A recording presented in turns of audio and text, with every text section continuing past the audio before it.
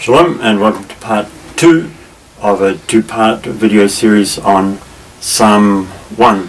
So today we'll look at verses 4, 5 and 6, the last 3 verses of Psalm 1.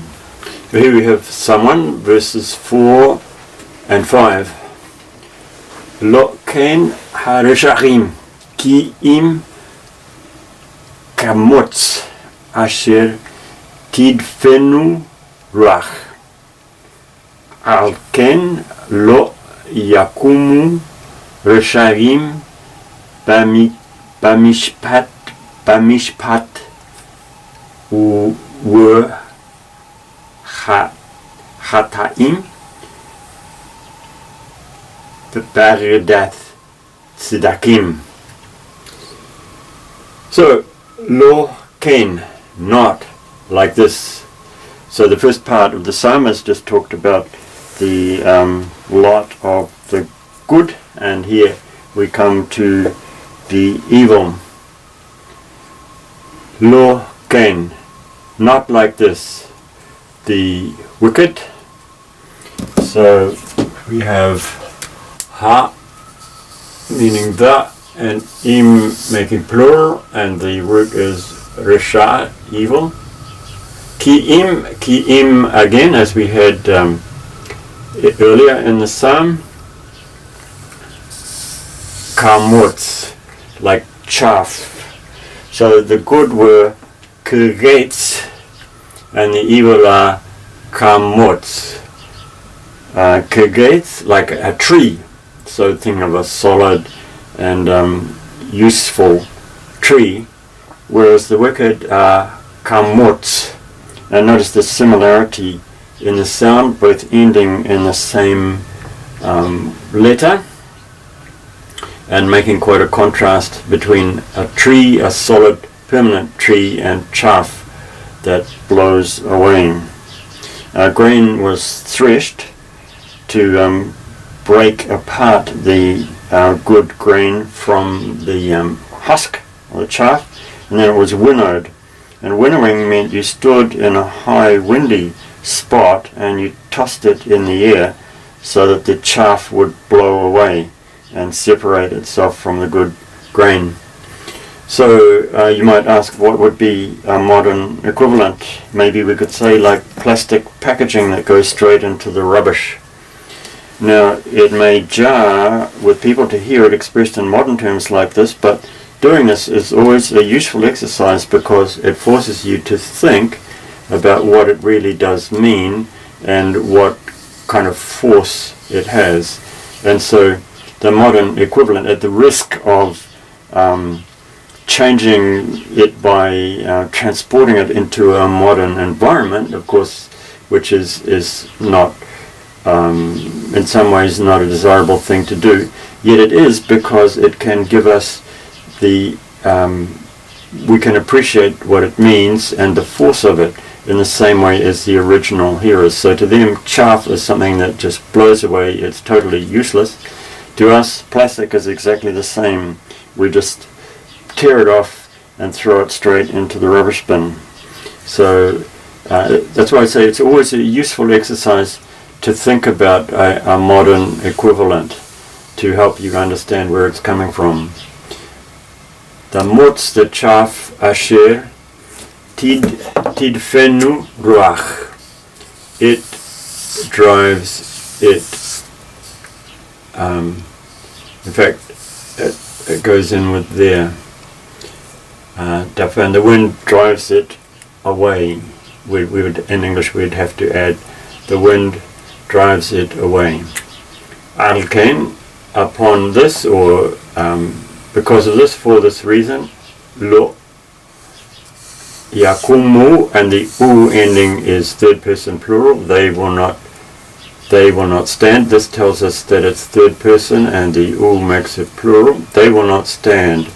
Typical Hebrew order: verb and then subject. They will not stand. Who will not stand? The evil ones, plural. In the council, and as often happens in Hebrew, the mem or m at the beginning of the word makes a verb So this is a verb meaning to judge, or to advise, or to give counsel, and the M at the beginning makes it into a noun. Will not stand in the council or the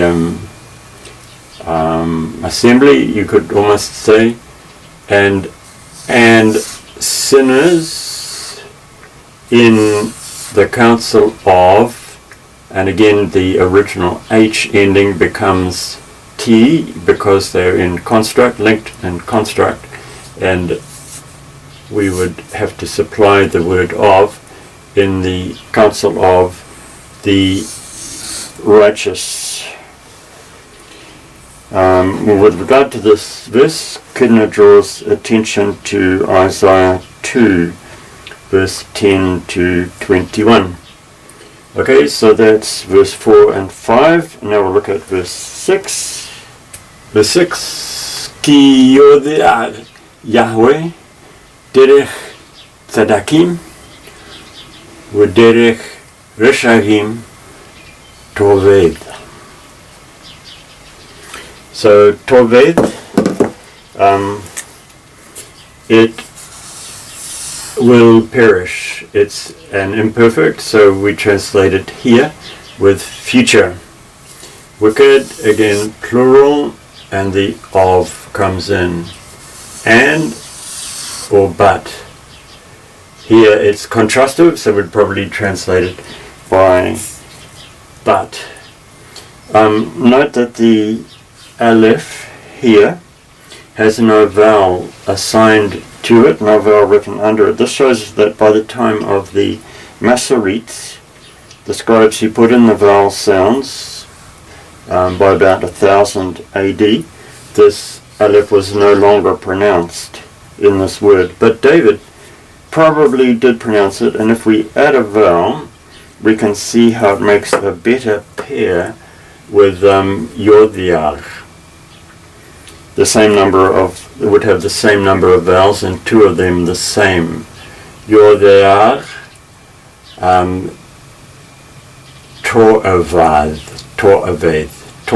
if I put an vowel with it, To'aved, To'aved, Yodiar. So they form a better pair, setting off the contrast better. This here is actually a participle, so the first approximation for a participle would be knowing. A participle in English has the ing, but as I say, that's first approximation, and in this case we would just translate it as knows. Knows is the correct translation. Here, by the way, this participle is used in modern Hebrew just for the ordinary present anyway. But as for this verb know, the Hebrew word yadach had a rather broader meaning area than the meaning area of know. Sometimes it actually means chooses. For example, in Genesis 18:19, where God says, I have chosen Abraham, and it uses again this verb yadach. And choose would be a possible translation here in Psalm 1. But the Good News Bible re-expresses it all in plain English. The righteous are guided and protected by the Lord. So that meaning is encompassed in this Hebrew word that has quite a broad meaning. Note again the chiasmus in this verse with the verbs at the beginning and the end, and also we return to the image of the derech, the road or the way. So this is a similar thing framing the whole psalm. Okay, so let's leave on a positive note rather than on this negative note by reminding ourselves that the righteous, the good people, are guided and protected by the Lord, by Yahweh.